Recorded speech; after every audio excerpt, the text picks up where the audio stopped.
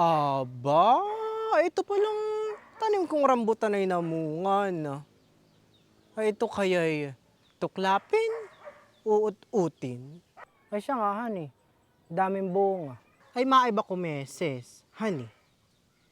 Ay ito man ding si Kumaring Belen, ay pakiwari ko. Ay may galit sa akin. Para pating ako'y iniiwasan. At i-message ko na itong isang araw. Ay ako naman hindi nire-replyan.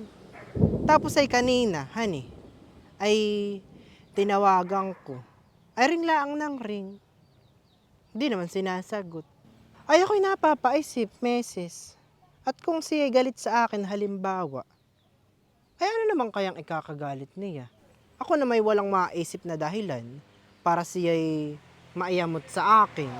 Eh bakit kayo, honey? Ay sigurado, meses. Siguradong sigurado. Kaya yang si Belen, ay hindi ka sinasagot diyan sa mga text at tawag mo. Ay galit nga sa iyo. Alam mo kung bakit?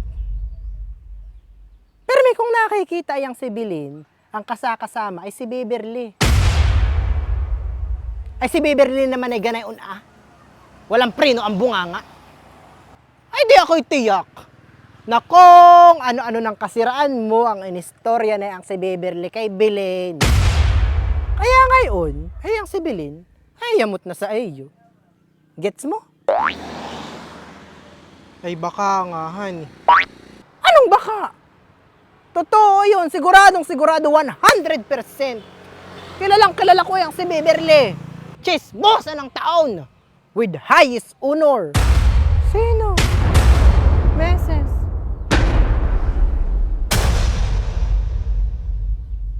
Sinong chismosa?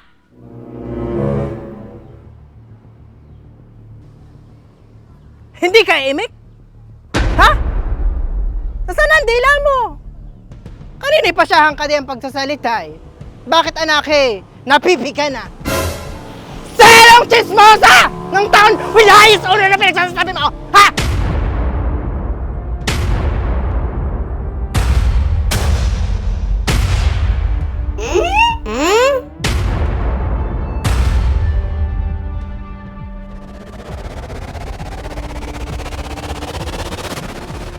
Ay di ikaw! Sino pa baga? Ay ikaw lang naman talaga ang top 1 chismosa dito sa ating barangay. Kakandidato ka pa man ding barangay kagawad. Tasay naninira ka ng ibang tao. Aba! Ason! Talaga namang ako'y pinapahanga mo, honey. Paano mo na inaisip? Paano na ay nabuo sa utak mo? Napakagaling mo naman. 3 bagsak!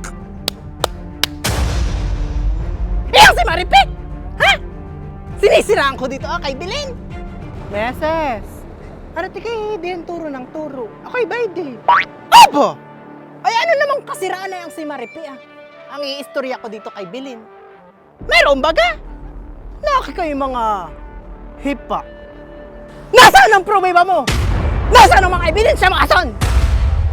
Hala nga! Isa-isahin mo kung talaga patunayan mo na yang si Maripi ay sinisiraan ko dito kay Belen. Sinasabing ako'y narito. Ano ti kay diyan turo ng turo? Baka kay manuno. Maestra ka pa man din. Tapos ay ganayan ang utak mo. Aba! Ano na lang natututunan ng mga estudyante mo sa iyo? Hala nga! Kaya hanggang ngayon, teacher 1 ka pa rin ay. Sa ganayang asta mo, ay talagang hindi ka mapopromote. Magre-retire kang teacher 1. Kung sa totoo nga lang ay dapat ay kay hindi ipinasangguro. Masyado kang mapanghusga sa kapwa mo. Tama ba yung ginagawa mo? Baka nakakalimutan mo pati ang tatay mo'y pastor. Tapos ay ganayan kang umastak. Mali ang manghusga ng kapwa. Napakadumi ng utak mo.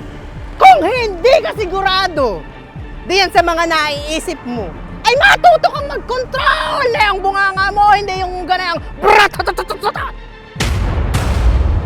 Sinasabi ko na tanawan sa iyo, meses, at huwag kang mag-iisip ng ganay, anay.